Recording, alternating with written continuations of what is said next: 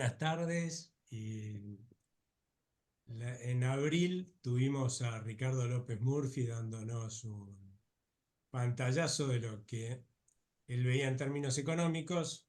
Es cierto que también nos dio su análisis político, eh, dada su participación en política y dentro del Congreso y todo lo que había visto en la Cámara de Diputados. Eh, y ahora nos pareció interesante tener a alguien que claramente tenga una trayectoria como la que tiene Vicente Massot, a quien todos conocemos, pues siempre lo consultamos en momentos candentes como este, ¿no? En el cual todo el mundo por ahí se está preguntando, y bueno, ¿cuándo se termina la luna de miel? ¿Qué es lo que va a pasar? Realmente desde el punto de vista político, creo que estamos pasando por un momento de incertidumbre, no diría de altísima incertidumbre, pero sí de incertidumbre todos los argentinos. Así que bueno, por eso le invitamos a Vicente, ¿no? Que realmente cada vez que nos da su visión, eh, nos aporta muchísimo, ¿no? Y nos ayuda a pensar y bueno, y nos baja, es verdad, esa incertidumbre con la que solemos iniciar cada vez que él nos habla. Así que bueno, los dejo con Vicente Massot. Muchísimas gracias por haber aceptado la invitación, ¿eh? No, gracias a vos, a Aldo, a Ricardo y por supuesto a todos los que han venido o se han conectado para escucharme. Si bien es cierto que el núcleo duro de esta charla tiene que ver con la voz revolución, yo no pretendo ni mucho menos entrar y salir en disputas en torno de lo que podríamos llamar la etimología o la anatomía de la revolución. Por supuesto es una discusión interesantísima, pero no es el caso abordarla en términos teoréticos a esa cuestión. Esto tiene que ver con Milei, básicamente. Ahora, permítanme que haga un rodeo histórico, no con la intención de irme por las ramas, es el riesgo que uno corre, pero voy a ser bastante breve al respecto. Pero para poner en contexto qué significa el hecho de pensar de que asistimos a un proceso de carácter revolucionario. Contra lo que se estila decir y lo que de ordinario forma parte de, diría, la cultura popular, la Argentina no ha conocido en su historia muchas revoluciones. Entre el siglo XIX y el siglo XX, yo creo que ha habido solamente 4 que merecen ese nombre, por distintas razones.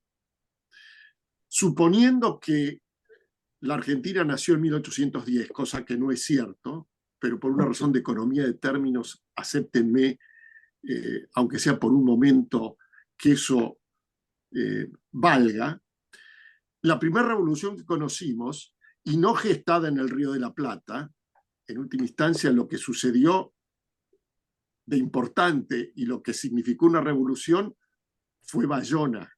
Cuando uno habla de la revolución de 1810, en realidad lo que tendría que pensar es que el coletazo de Bayona llega a estas playas y en general a toda la América española en 1810. Pero el hecho revolucionario son las abdicaciones de Bayona. En última instancia, si ustedes quieren, es un hecho inesperado, absolutamente. Un día los españoles se acostaron sabiendo que su rey era Fernando VII y al día siguiente se enteraron de que estaba en su lugar José Bonaparte. La quebradura, la rajadura que eso obra en la estructura del imperio español es una revolución. ¿Por qué? Porque da lugar a lo que se llama la vacatio regis. 3 siglos, todo el imperio, el sistema de gobierno legítimo era la monarquía. Una mañana se enteraron de que el monarca estaba preso. Entonces, ¿cuál es el nuevo depositario de la soberanía? Eso implica una revolución. ¿Por qué? Porque obliga a pensar todo de nuevo. Entonces, quien habla de revolución, en realidad, a mi juicio, básicamente tiene que pensar en 2 cosas. Uno, toda su toda revolución subvierte un orden, no necesariamente un orden político, puede ser económico, cultural. El hecho de obligar a que alguien dijese, bueno, no está el rey, ¿quién manda ahora? Eso es una revolución. Subvierte un orden de cosas. Primera revolución. La segunda revolución que creo que hay que mencionar, de paso, por supuesto, es la generación del 80. La generación del 80 es la revolución generada no por un hecho inesperado, sino por la conciencia de un grupo notable de personas que se ponen de acuerdo, aún tomando en consideración sus diferencias, que no eran pocas. Alberdi no pensaba lo mismo que Sarmiento, y Sarmiento no pensaba lo mismo que Mitre, y Mitre no pensaba lo mismo que Bernardo de Irigoyen.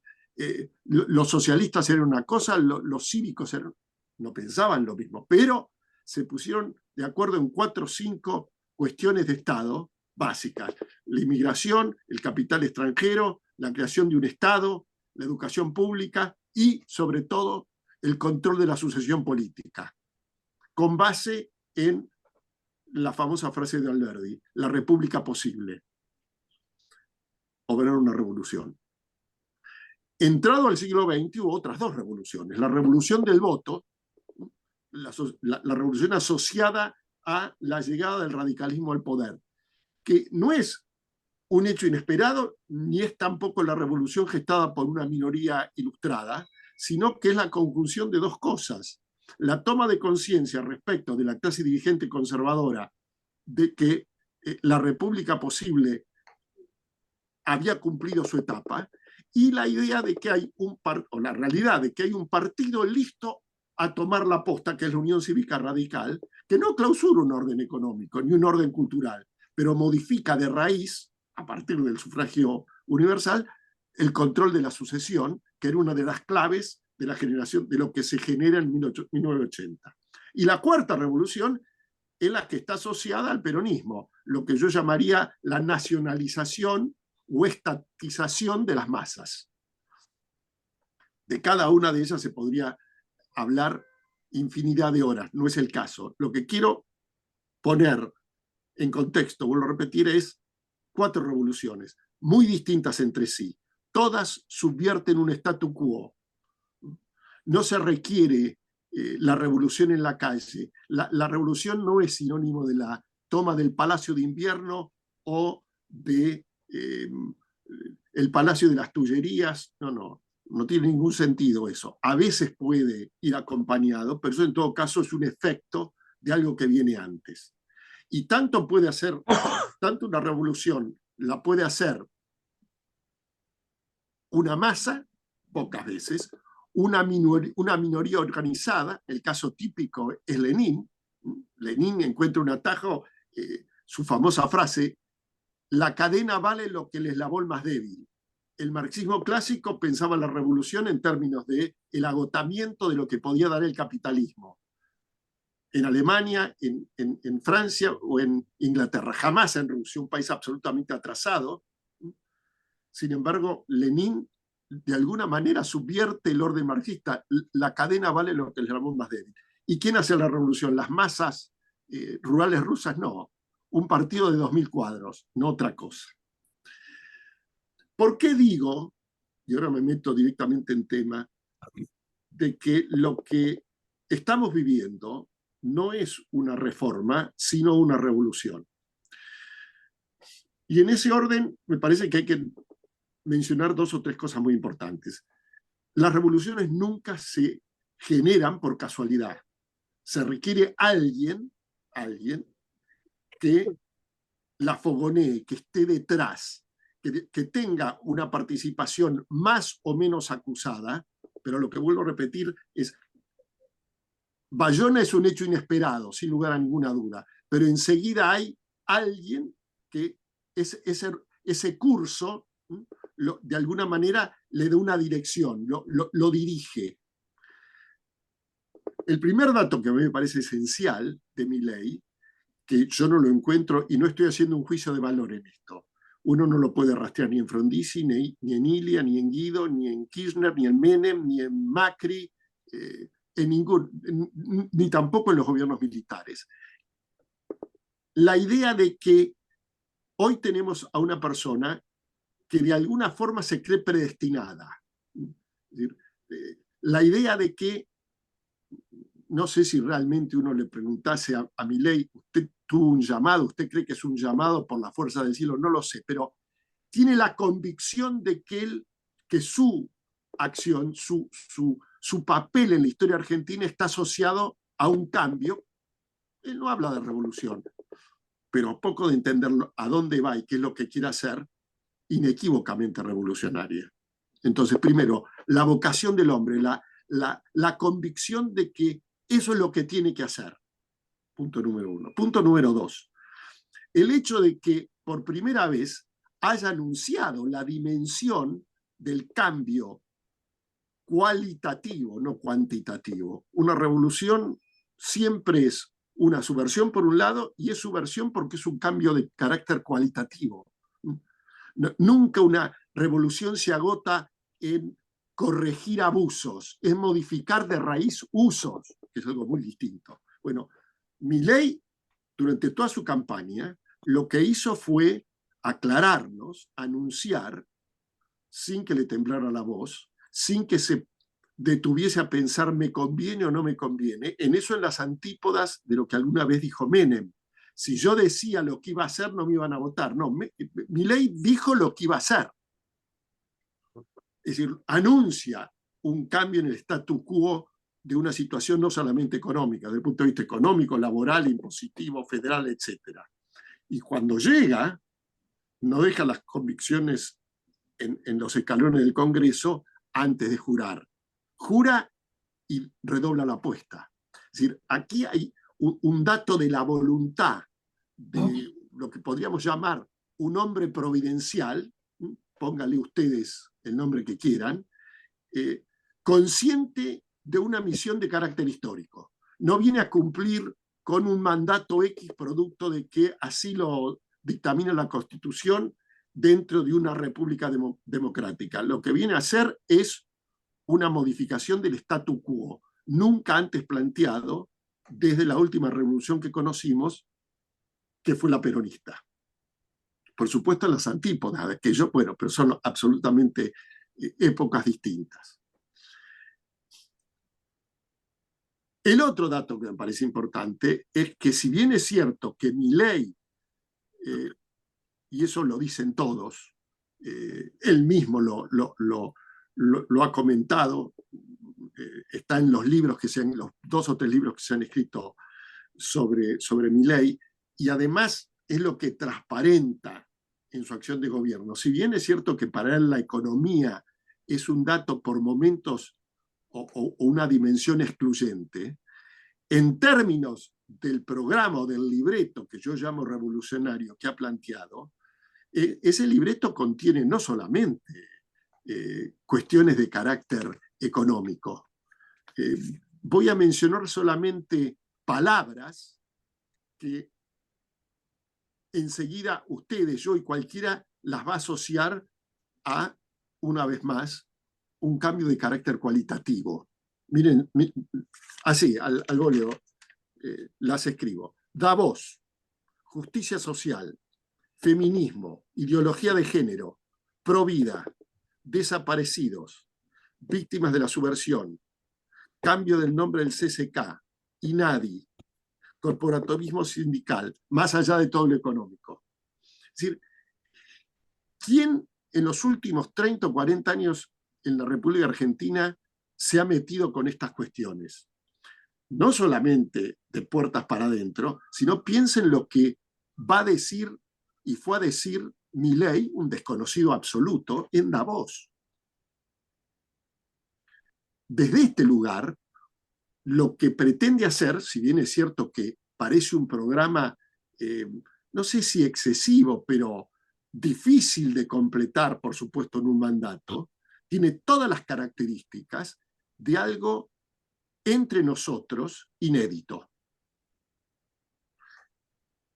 La idea de que hasta aquí fue una Argentina o existió un statu quo a partir de la llegada de Milei es el intento, porque por supuesto es imposible, sería inimaginable que este programa lo pudiese completar en los 4 meses que lleva. Yo diría no lo puede completar en 4 años.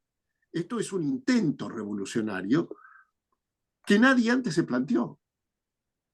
Porque hubo gobiernos que se llamaron revolucionarios. Estamos cansados de asignarle un carácter revolucionario a distintas experiencias de gobierno. Pero la verdad es que, primero, en general fracasaron todas. Pero si uno desanda la historia y sin ningún prejuicio, porque a algunos puede gustarle el hecho de que sea revolucionario y otros no. En esto me parece que es un dato neutro, si ustedes quieren. Ninguno se planteó algo parecido. Si uno repasa las distintas plataformas, lo que los distintos gobiernos del 55 acá, por poner una fecha,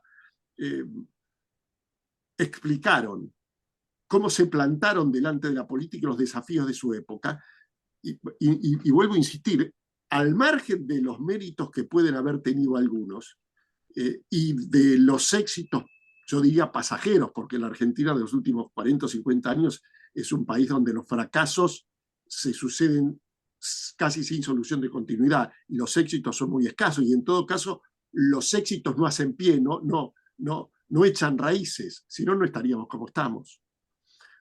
Pero el dato que me parece importante de Milei es que Milei plantea algo que no es que nadie lo vio venir, es que no estaba en la mente de ningún político, mucho menos con el énfasis que le pone y la decisión y la voluntad como para llevarlo adelante. Lo que creo es que Milei es un caso inédito, básicamente por el planteo de cambio cualitativo que realiza. Es decir, uno podría pensar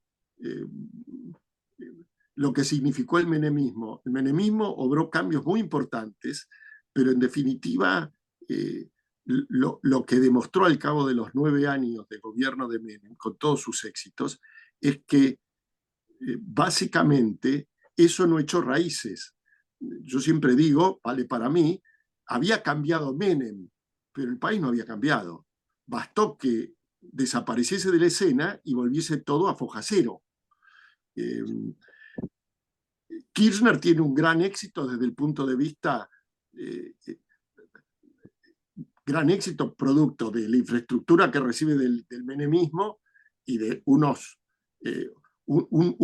precios extraordinarios de los productos que más le interesan a la Argentina, unido a una vocación de poder muy importante, el ejercicio que hace el poder.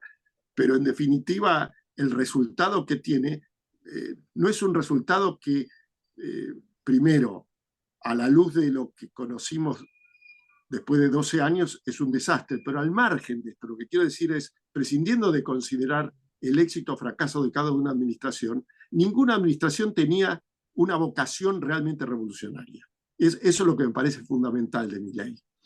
Ahora, esto obviamente tiene, primero, recién empieza, y me parece que de alguna manera sería un análisis demasiado unilateral, o si ustedes quieren, pura y exclusivamente mirando una sola parte, sesgado, si no hiciésemos referencia a las fortalezas y al mismo tiempo a las desventajas o debilidades que arrastra una situación de esta naturaleza. Porque siendo que el planteo está hecho, significa gobernar en estas circunstancias, con ese anhelo revolucionario, vulnerar una serie enorme de intereses creados, porque de lo que se trata es de modificar un status quo enraizado en la Argentina desde hace 60, 70 u 80 años. Eso no se saca de raíz de un día para otro, insisto, ni se puede hacer en 4 años, entendámonos. Yo creo que el éxito de Milei va a estar dado por el hecho de que él plantea un cambio en la dirección de las velas respecto a lo que hay que hacer. Íbamos para un lado y hace un giro copernicano. No, por ese lado íbamos mal, vamos por este otro lado. Si eso dentro de 4 años se logra mantener el proceso revolucionario en marcha, va a tender a consolidarse. El tema es que no llegue alguien, producto de un fracaso en la gestión de gobierno, que haga posible que todo lo realizado en 4 años vuelva a foja cero, como sucedió con el menemismo. ¿Qué quiero decir con esto? Tiene fortalezas y tiene debilidades. ¿Cuáles son las fortalezas de Milei? Me parece que la primera es su personalidad. Se requiere un hombre de una personalidad por momentos estrambótica, raro no arrastra ningún sentido peyorativo, no está cortado por la misma tijera, es un fuera de serie. Lo de fuera de serie tampoco lo digo, es como decir, es una personalidad extraordinaria, no lo utilizo como adjetivo calificativo, lo utilizo como extra-ordinario, está fuera del ordinario.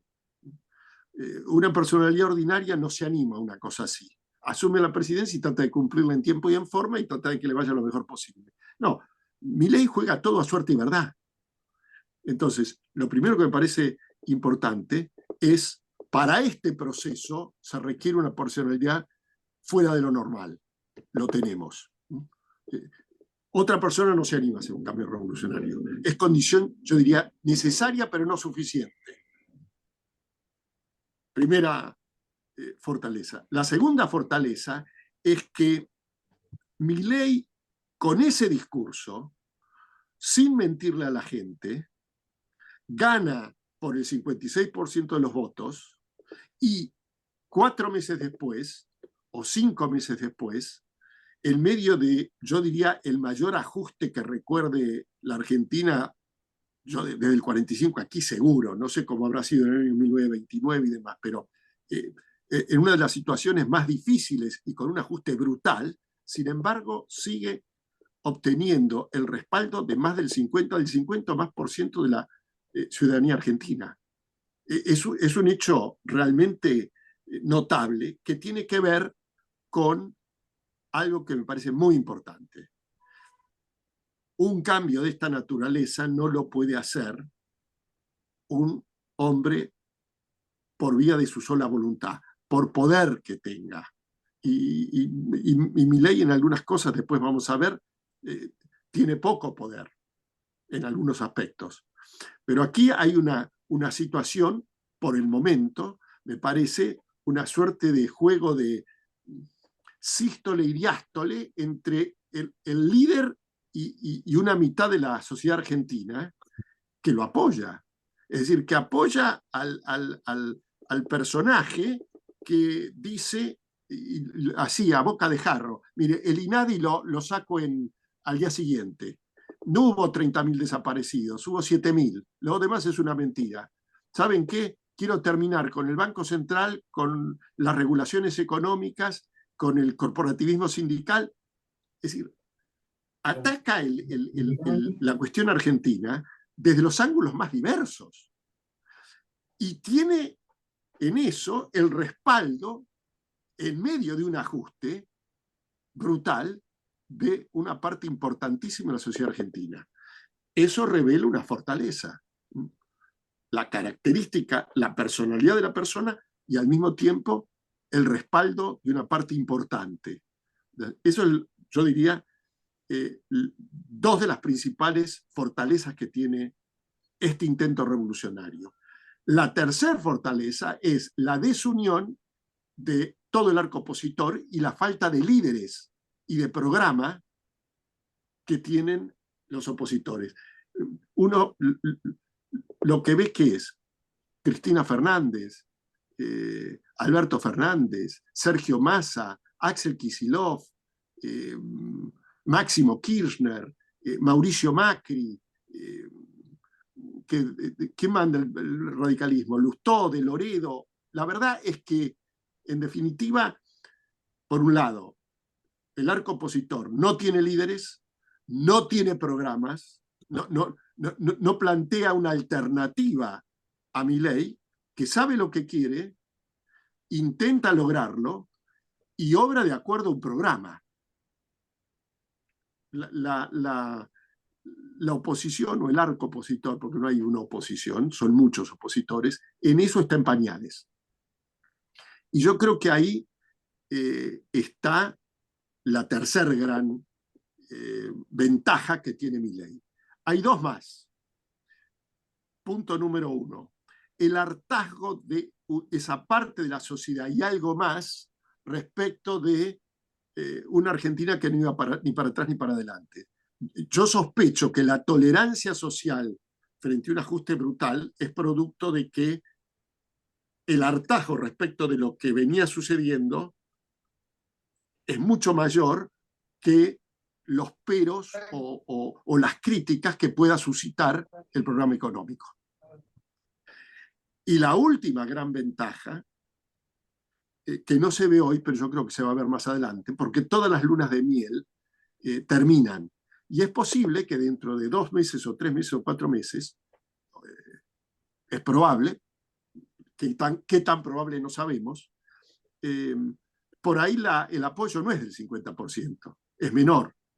Pero así todo, la sociedad argentina ha demostrado en tantas y tantas décadas que es proverbialmente mansa, que acepta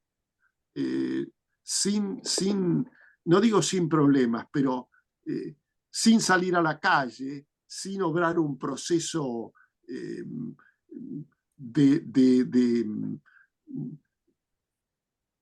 yo diría, de oposición violenta, acepta lo que está dispuesto a proponerle el gobierno. Ustedes piensen todas las experiencias que hemos tenido y la peor situación se vivió en el 2001. Y en el 2001, más allá de quemar 50.000 neumáticos, romper 150.000 vidrieras, decir que se vayan todos y a los 2 años votaron a todos los mismos, hubo sí 8 o 10 muertos y no pasó mucho más de eso, frente a la crisis que vivimos. ¿Sí? La sociedad argentina es probablemente mansa, con lo cual la dureza del ajuste en una sociedad mansa es más tolerable. Hasta aquí, diría yo, las ventajas. ¿Qué desventajas tiene? Yo diría que tiene 2 grandes desventajas. Primera desventaja es su poca musculatura legislativa. Está claro que es difícil imaginar, y lo estamos viendo, que algunas de las partes más importantes del programa revolucionario de Milei pasen con 0 falta, es decir, sean aceptadas y se transforman en leyes, cuando en el gobierno lo que predomina es lo que Milei llama la casta. Imaginar que buena parte del radicalismo, parte del PRO, ni hablar el kirchnerismo, el socialismo y demás, van a aceptar las medidas planteadas en el DNU y en la ley ómnibus y de reforma fiscal, in toto, sería como soñar despierto. Y uno ve las dificultades que está teniendo y yo creo que el ejemplo más claro de hasta qué punto el principal problema que tiene Milei está en el Congreso es cómo ha quedado esmerilado el programa de reforma laboral que se presentó, donde lo que queda, hay puntos importantes, pero 2 puntos fundamentales quedaron en el camino porque no pasaban. Entonces, debilidad, yo diría, más importante de Milei. Milei se juega, yo creo que juega su programa de cambio revolucionario el año que viene en las elecciones. Es difícil imaginar que si no crece su musculatura legislativa pueda llevar a la práctica las reformas de carácter estructural, el cambio cualitativo del cual venimos hablando. Esa es la primer gran desventaja. La segunda debilidad es que frente a los intereses creados que tiene que vulnerar y dada la poca musculatura legislativa, el principal desafío que tiene Milei en el curso de este año es tratar de, una vez domada la inflación, creo que es el principal mérito que tiene, y no es poco. Piensen lo que le redituó a Menem, claro que en otro contexto, el haber sido la primera administración que bajó la inflación como lo hizo el tándem Menem-Cavallo, después de 40 años de inflación. Bueno, Milei lo que está haciendo en términos de bajar la brecha, bajar el riesgo país y bajar la inflación es muy importante. Ahora, eso tiene un límite. Aquí es como una suerte de balanza en donde, por un lado, la gran parte de la sociedad o una mayoría de la sociedad tolera en silencio y acepta el costo que tiene el ajuste, el costo social, pero a la espera de que en algún momento crezca la actividad económica y se pueda reconstituir el salario real, por ponerlo así con dos definiciones o dos términos que habría que quizás explicarlos un poco más.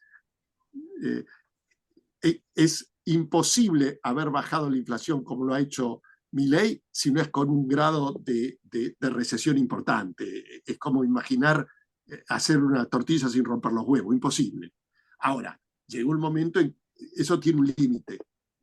Los periodos de gracia, y Milei está en un periodo de gracia, tienen su límite. En ese momento va a ser muy importante ver si hay un acompañamiento de la baja de la inflación con la reconstitución del salario real y el comienzo del crecimiento, de la reactivación económica.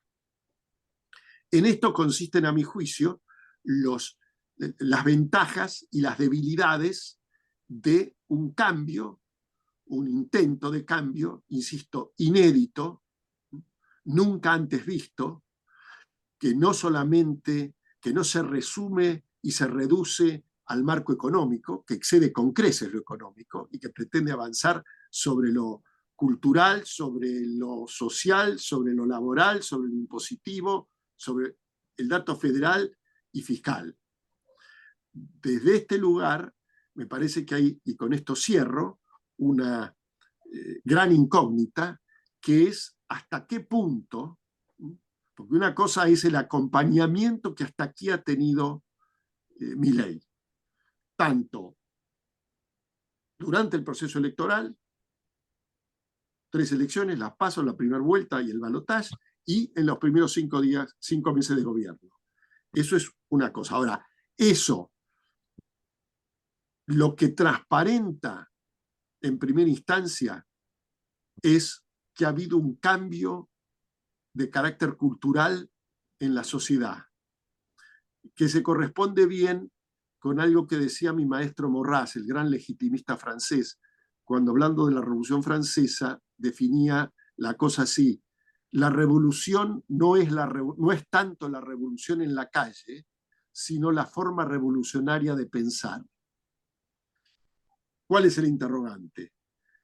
A diferencia de lo que sucedió con Menem, donde hubo cambios muy importantes, pero la sociedad no había cambiado, el peronismo no había cambiado, la clase dirigente no había cambiado demasiado.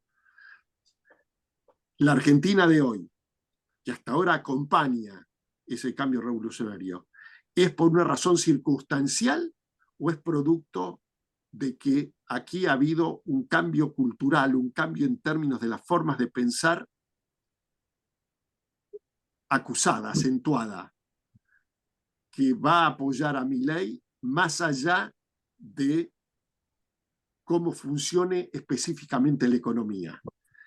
Y yo creo que en ese orden de cosas, que por supuesto no se puede contestar, eso es un interrogante abierto a debate, y sobre el cual lo único que podemos hacer son especulaciones. Yo creo que en torno de esta cuestión va a tener que ver mucho el resultado en el cual, insisto, se juegue, con esto termino, el gobierno Milei, no porque vaya a caer, sino porque si la elección del 2025 no lo acompaña, es imposible pensar en que la revolución va a ser un dato de la realidad. Esto no va a haber quedado más que en un proyecto inconcluso. Si en cambio en las elecciones del 2025 a Milei le va muy bien, ese cambio evidentemente se va a consolidar. Bueno, muchas gracias. Muchas gracias, Vicente. No sé si querés tomar vos la conducción, ya que pudiste participar, Ricardo. No, no, Aldo, conduce tú. Yo simplemente haría alguna pregunta, porque a mí el horizonte de octubre del 25 lo veo muy lejano. Yo creo que hay unas dificultades de orden económico en los meses que siguen, muy acentuadas. Es decir, eh, para poner el caso, el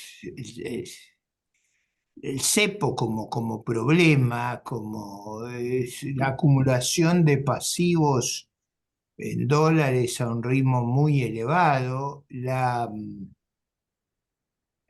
digamos, la necesidad de grandes superávit comerciales para poder afrontar cosas que lo que se ha hecho es rolearlas hacia adelante.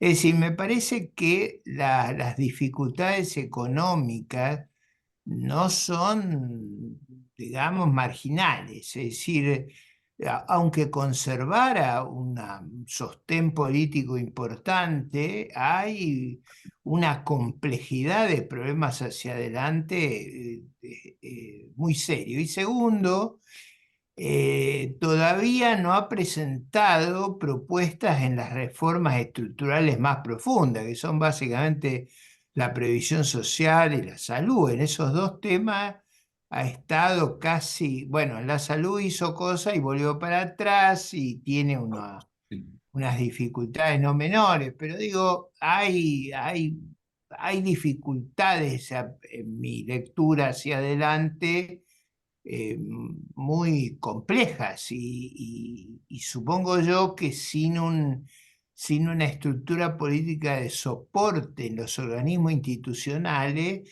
él depende mucho de la buena voluntad de sectores, digamos, de oposición dialoguista, que hasta ahora le han tendido el cabo, pero eso, entrando en los meses que vienen, va a ser más complejo, ¿no? Pero de cualquier manera, muy interesante, como siempre, Vicente, y gracias por hacernos esta presentación. Gracias, Ricardo. Yo coincido con vos, por supuesto. Me parece que las dificultades que tiene que afrontar son no solamente las circunstanciales, por circunstanciales entiendo eh, las cuestiones con las cuales habrían topado cualquiera sea la coloratura del gobierno si hubiese ganado Massa o Miriam Bergman. Eh, Todos hubiesen tenido que afrontar una misma situación y darle respuesta. Seguramente las respuestas serían distintas, pero a eso que son problemas de órdago hay que agregarle el hecho de que Milei plantea cuestiones de carácter, como yo digo, revolucionario, que vulneran intereses creados de una dimensión para los cuales también tiene que juntar fuerzas, de modo tal que yo creo que el desafío es enorme. Tiene ventajas, pero tiene dificultades en el camino que yo coincido con vos, de una magnitud, no sé si nunca antes vista, pero a los problemas, si se quiere, tácticos, hay que agregarle el hecho de que quiere modificar, quiere poner patas para arriba el statu quo argentino. Y eso, más allá de que todavía no lo haya explicitado del todo, obviamente todo esto no se puede hacer de un día para otro, tiene que ir tanteando. Vuelvo a repetir, la reforma laboral se la cortaron por más de la mitad, a mi juicio, porque es inútil pensar es decir, yo descarto, y en esto no quiero entrar en polémica, Ricardo, pero pensar que le iban a aceptar la reforma laboral, el peronismo, obviamente el kirchnerismo no se lo iba a aceptar, pero imaginar que parte del radicalismo, el socialismo, mismo el peronismo disidente, era soñar despierto. Bueno, contra eso va a tener que lidiar mucho tiempo, porque habrá buena voluntad de tu parte y de algunos otros, pero seamos honestos, es decir, voy a repetir, hay partidos que forman parte de la oposición dialoguista, sí, son dialoguistas, pero le van a recortar los proyectos de cambios estructurales en más del 50%. De modo tal que Sí. tiene un problema importante, En sin duda. ciertos casos, Vicente, en realidad las reformas aparecieron hasta un punto y fruto de la negociación. También él quería evitar que se le acumulara la protesta estudiantil y sindical. Y yo creo que se retiró de la reforma con la excusa que otros no lo dejaban pasar. Pero digo, es mi Sí, sí, puede impresión ser. conociendo cómo Eh, fueron las negociaciones. Pero Bien. digo, me parece comprensible, pero creo que ellos entraron en una situación muy compleja cuando se produce la movilización universitaria y ahí buscaron encontrar una salida razonable a donde estaban metidos y negociaron eso es lo que pasó. Pero bueno, la vi a la doctora de risa. Liliana, Y, esto, muchas gracias. En primer lugar, excelente y clara exposición. Yo quisiera simplemente señalar lo que a mí me preocupa de lo que se ha dicho. Coincido en que es una historia abierta, que hay un propósito revolucionario inédito de un personaje extravagante, que es institucionalmente débil, que Argentina tiene una tradición de estabilidad en la inestabilidad, no nos pasan los estallidos a la chilena, y que además, dado este contexto, la oposición no es alternativa. No sé si lo dije, pero me parece que es un punto clave. Ahora bien, la pregunta que me parece muy, muy central es: ¿cuánto puede este apoyo masivo en mitad de la sociedad soportar este ajuste más grande que conozca la humanidad? Porque la vara con que se mide Milei es una vara inalcanzable, infinita. Entonces, yo tengo para mí que esto que se llama cambio cultural, yo como yo lo veo, es una profunda crisis de representación que se fue anidando en los destrozos de la corrupción y los fracasos, el empobrecimiento y la decadencia, como el Dante rodando cuesta abajo al infierno. Entonces, hay aquí para mí una nueva polarización que remeda las dos mitades viejas. Está por un lado el kirchnerismo, peronismo, la Cristina Kirchner que vuelve a los gritos, y está por otro lado toda la gente harta, como bien se dijo, que quiere un cambio, pero además una nueva generación, el 40% del padrón son de menores de 30 años, que no quiere vivir en una playa de estacionamiento en la que está. Y las redes y la pandemia que la fomentó, porque ya venían conectados, incluso los pobres, desde la investigación que hice en 2005 en el LUN, las redes fueron amplificadoras del modo en que construyó Milei, sembró su imagen extraordinaria y extravagante. Entonces yo tengo para mí que acá hay una polarización tóxica que es la que domina Europa, en general el mundo, en la ola que viene hoy de revoluciones de la derecha, que enfrenta credos, profesiones de fe que tienen la característica de las relaciones, las religiones sobrenaturales. Por eso yo reflexiono mucho en alguien que yo leí, me influyó mucho cuando era joven, Norbert Elias, sociólogo del siglo XX, porque era el siglo en que estos problemas de las ideologías enfrentadas como credos religiosos llevaron a los desastres que conocemos. Entonces, este cambio cultural tiene el peligroso hilo de identidades polarizadas, enfrentadas de una manera religiosa, casi yo diría, y Milei se ha soportado yo no sé cuánto. ¿Pero por qué? Porque del otro lado están los fantasmas que vienen a destruirnos, y viceversa. No sé si esto ilustra algo más. En todo caso, quería señalar que la exposición fue muy ordenada, muy clara, y que las preguntas que usted plantea son las inquietudes que tenemos todos. Gracias. No, gracias a usted, Liliana. Yo coincido, por eso terminé con ese interrogante que obviamente yo no puedo responder y yo creo que nadie lo puede responder, no por falta de luces, sino porque eh, es muy poco el tiempo que ha transcurrido y yo realmente no me animo a hablar de un cambio cultural. hay fenómenos, distintos datos que parecerían transparentar que sí, que hay un cambio cultural en la Argentina.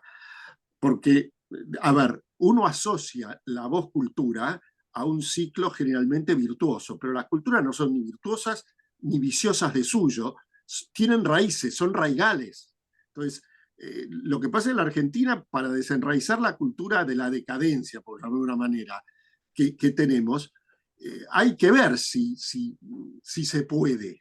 Entonces, lo que inaugura Milei, por un lado, parecería que hay es evidente que hay cosas que, y usted lo mencionó bien, y me acuerdo de haber visto los datos del trabajo que usted hizo y demás. Es decir, el tema de las redes es obviamente un cambio cultural fenomenal, eso sin duda. Ahora, ¿qué tanto eso puede acompañar si el ajuste se prolonga más de la cuenta? Ahora, ¿qué es prolongar más de la cuenta?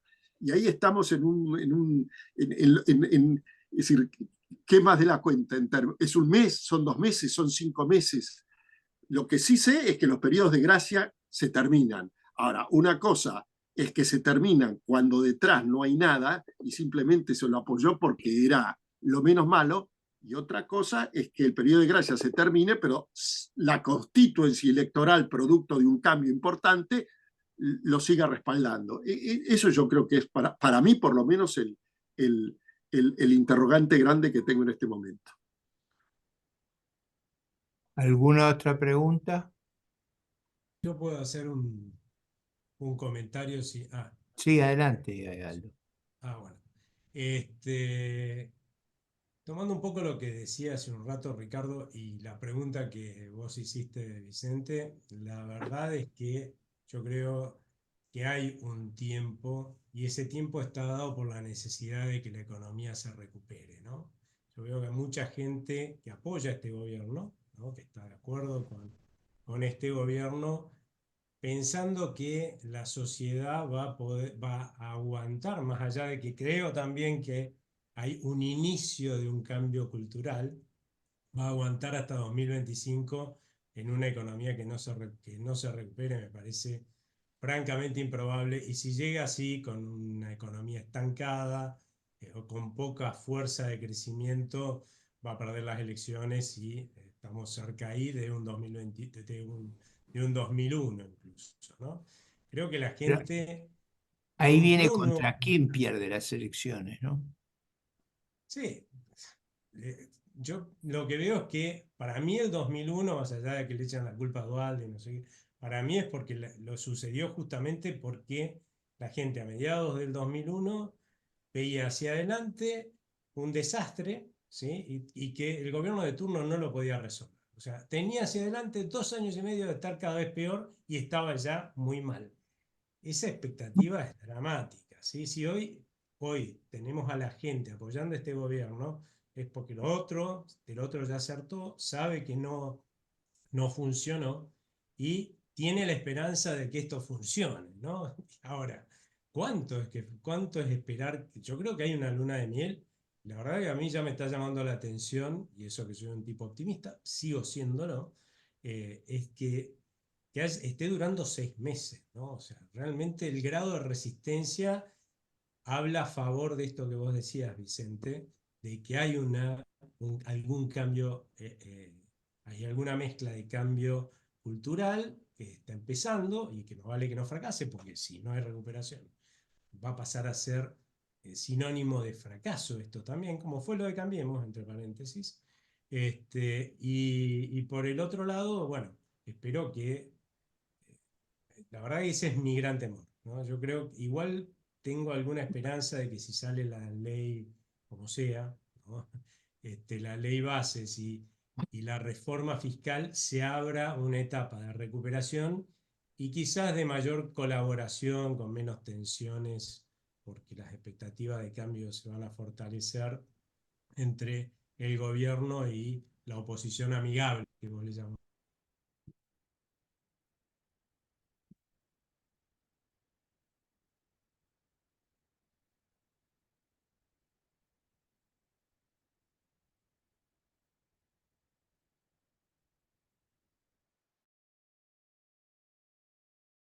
yo el viernes estuve viernes y sábado en 25 de mayo, en el centro de la provincia de Buenos Aires, y el clima de opinión había como una expectativa debido a que el precio del trigo había subido, qué sé yo, 30% en dólares, y eso hacía viable la siembra y eso movilizaba. Entonces yo digo, no es solo las dificultades objetivas, sino, como diría Maquiavelo, es virtud, pero es fortuna también. Alguna fortuna hay que tener en los meses que vienen. Sin lugar a ninguna duda, sin quebrar una lanza en favor de Alberto Fernández. Ponele XX. Si un gobierno tiene la pandemia y después la sequía que tuvo la Argentina, no lo estoy defendiendo, pero lo que estoy diciendo es que a veces vos tenés fortuna y a veces obviamente te juegan en contra la fuerza del cielo, lo que sea. En ese orden de cosas, la cosecha, vaca muerta, y me parece que una recepción en términos internacionales de Milei, que también parece notable, obviamente me parece que juegan en los próximos meses a favor de la administración en curso, ¿no? Carlos Weisman, querías hablar, Sí, ¿no? ¿me escuchan o me ven? Sí, sí. Sí, Bueno, mira, estoy totalmente de acuerdo con que estamos ante un intento revolucionario que consiste básicamente en revertir la revolución peronista, que fue la revolución más importante que hubo en la Argentina desde el fin del rosismo. O sea, básicamente Perón transformó la economía, digamos, movió la economía hacia adentro y el Estado hacia abajo. Y lo que está tratando de hacer Milei es revertirlo y volver a las instituciones económicas que había en la Argentina ante el peronismo. Ahora, el problema de ese intento revolucionario es que puede fracasar, obviamente, convertirse, si buscamos la analogía del marxismo, en lo que fue la Comuna de París en la historia del comunismo, ¿no es cierto? El problema que yo veo en relación con este cambio cultural del que estuvimos hablando